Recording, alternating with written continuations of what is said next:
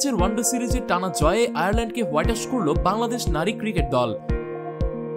প্রথম ম্যাচে 252 রানের রেকর্ড করে আইরিশদের 98 রানে গড়িয়ে 154 রানের বড় ব্যবধানে জয় পায় বাংলাদেশ।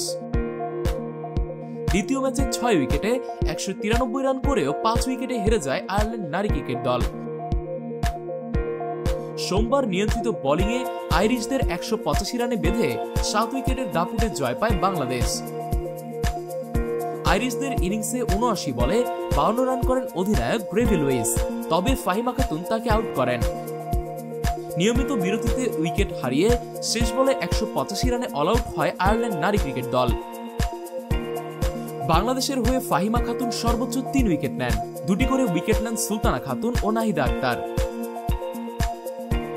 টার্গেট তারায় ওপেনার ফারজানা হক পিঙ্কি 99 বলে 62 রান করে দলের ভিত্তি মজবুত করেন।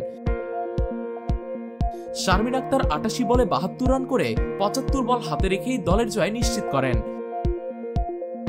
3 ম্যাচ সিরিজ জিতে আয়ারল্যান্ড নারী ক্রিকেট দলকে হোয়াইট ওয়াশ করে বাংলাদেশ নারী ক্রিকেট দল।